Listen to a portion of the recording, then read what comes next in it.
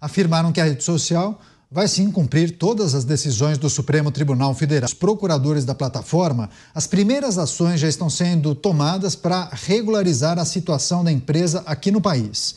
O posicionamento, no entanto, não deve frear o avanço do governo e do judiciário contra a Big Tech e contra outra empresa de Elon Musk, a Starlink.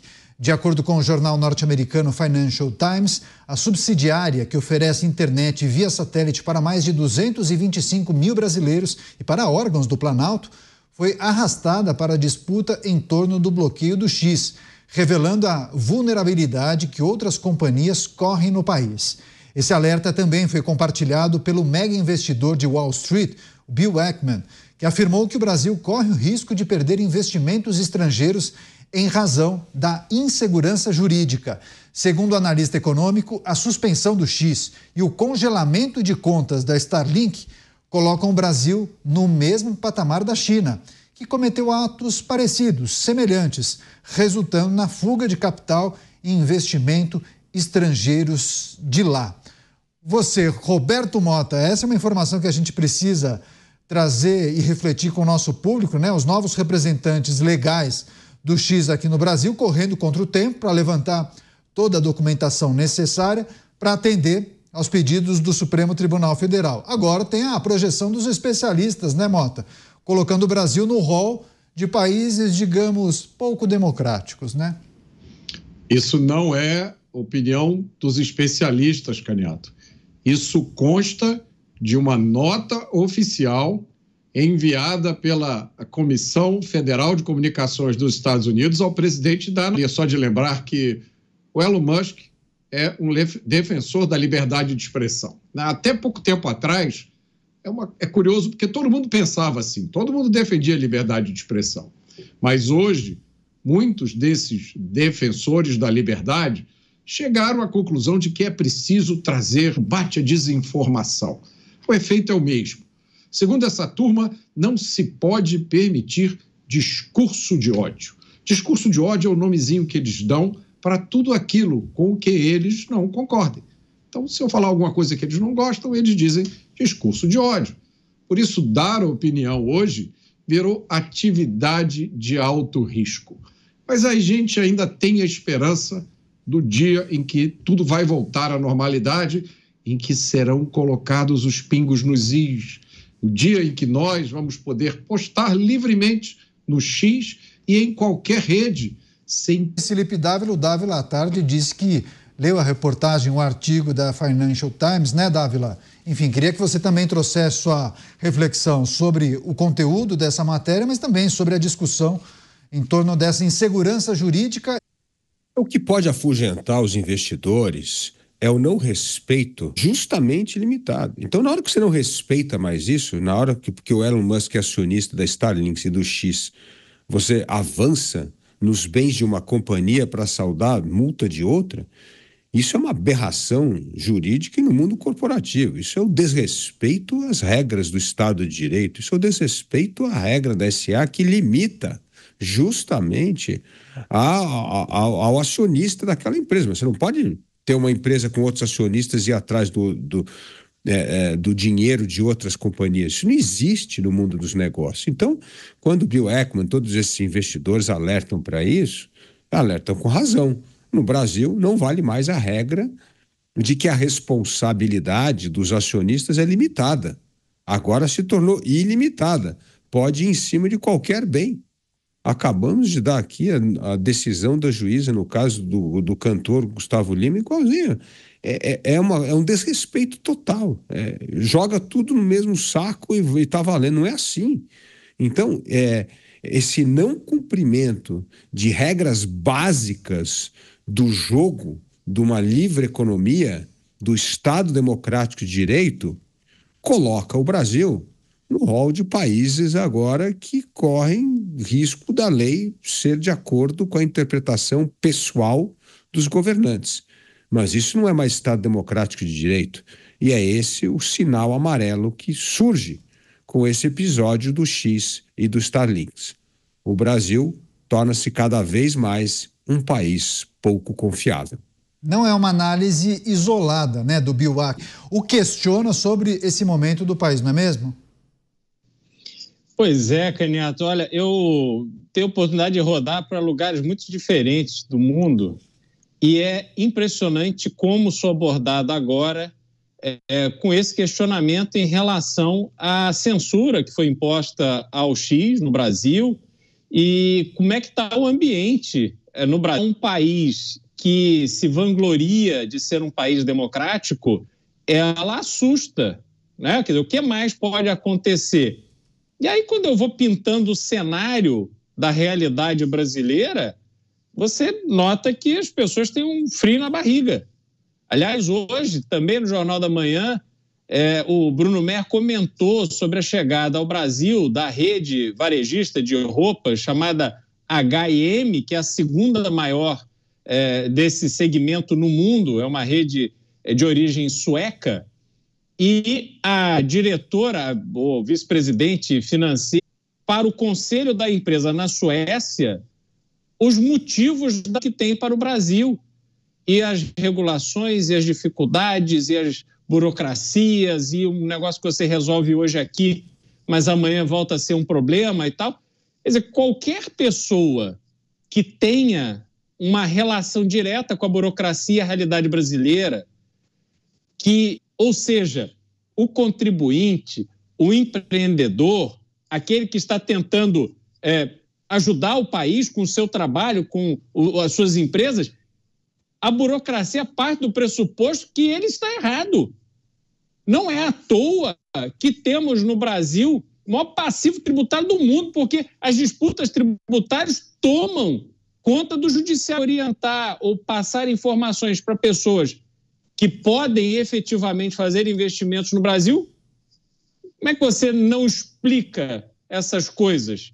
Que o Brasil é esse lugar onde até o passado é incerto. Vou trazer um outro destaque para a nossa audiência.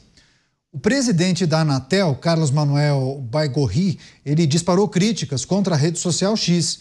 Ele comparou o drible da plataforma que permitiu o acesso temporário dos usuários à pirataria online. Carlos afirmou ainda que essa ação foi deliberada e similar à prática por criminosos, mas que caberá à justiça decidir se foi feita de forma dolosa. A Anatel, no entanto, reconheceu que o drible não foi criminoso, pois não existe uma tipificação penal para a prática e disse ser impossível garantir 100% da restrição no acesso de uma plataforma digital. Mota, trazendo em destaque essas falas, essas declarações do presidente da Anatel. O deles é que não importa como você se sinta, não existe crime sem uma lei anterior que o defina. Então você pode ter aquela sensação profunda de que aquilo é um crime, ou você gostaria que aquilo fosse um crime, mas não é, companheiro, se não existir uma lei que diga que aquela conduta é crime. Outra coisa que é muito importante, uma coisa que já foi explicada pela filósofa objetivista americana Ayn Rand há muito tempo. Você pode ignorar a realidade, mas você não vai conseguir fugir das consequências de ignorar a realidade. Há mais ou menos 2 semanas, o presidente da Comissão Federal de Comunicações, que é a Anatel dos Estados Unidos, mandou uma divulgada publicamente, inclusive postada no X. E nessa mensagem, o presidente da Anatel americana disse que a decisão de bloquear as contas bancárias da Starlink desrespeitou os princípios universais e básicos de transparência, notificação justa e devido processo legal. O presidente da Anatel americana disse que a Starlink é uma empresa separada da rede social X, com acionistas diferentes e que esses acionistas não violaram nenhuma lei. O presidente da Anatel americana também disse que as ações de bloqueio do X e congelamento das contas da Starlink foram apoiadas publicamente pelo governo federal brasileiro e que isso está repercutindo amplamente lá fora e abalando a confiança e previsibilidade dos mercados regulamentados, que líderes empresariais americanos estão questionando. Para quem não entendeu ainda, você pode ignorar a realidade, mas não vai conseguir fugir das consequências disso. Você, Luiz Felipe Dávila, a declaração de um dos mandatários da Anatel dizendo que o X, a rede social, garantir que foi feito de forma deliberada, né, Dávila? Renato, eu só vou fazer um comparo que ignoram as regras básicas do jogo do capitalismo. Uma declaração que muita gente entende como um alinhamento, Beraldo. Mas é uma coisa que não cabe esse tipo de julgamento, né? A Anatel, ela tem um papel a cumprir como uma agência reguladora que, na sua essência, ela tem que ser independente. Aliás, a Anatel foi criada num ambiente em que era fundamental a modernização das telecomunicações brasileiras, ainda no governo Fernando e das demais agências criadas, era justamente essa independência, ser um órgão técnico. E um órgão técnico, se ele acha que há algum tipo de descumprimento de regras do mercado, ele tem que encaminhar isso à empresa e a empresa é justiça. Mas ficar emitindo opiniões para agradar aqueles que estão contra uma determinada empresa, ou pior ainda, contra um determinado empresário, mostra que não há dimensão suficiente para ocupar esse cargo. É preciso entender qual é o papel das telecomunicações e o que se está fazendo numa posição de diretoria, de comando de uma agência tão relevante como essa. Porque se a qualidade da comunicação, mas da liberdade de comunicação, você está contribuindo de forma muito efetiva para a construção de um país, não é nem menos democrático, mas de um país não democrático. E para que se veja alguém numa posição de comando de uma agência adotar essa postura, é porque aí o interesse político prevalece sobre o interesse. Esse é um assunto que interessa as pessoas que nos acompanham. Mota, o que esse conjunto social X acaba dizendo sobre o atual momento do Brasil? E quais são as perspectivas, já que a gente tem uma porção de redes sociais para todos os tipos e muitas delas não tem nem escritório aberto aqui no país? Temos todos. Não, todos não, Beraldo. Tem gente ganhando com isso, como talvez fique claro aqui no meu comentário, porque eu quero falar, Canhotéria, falando sobre esse episódio da Starlink, uma matéria que eu considerei uma matéria ruim. Achei que ela é ruim porque ela não explica qual é a palavra que eu vou usar agora? Deixa eu pensar.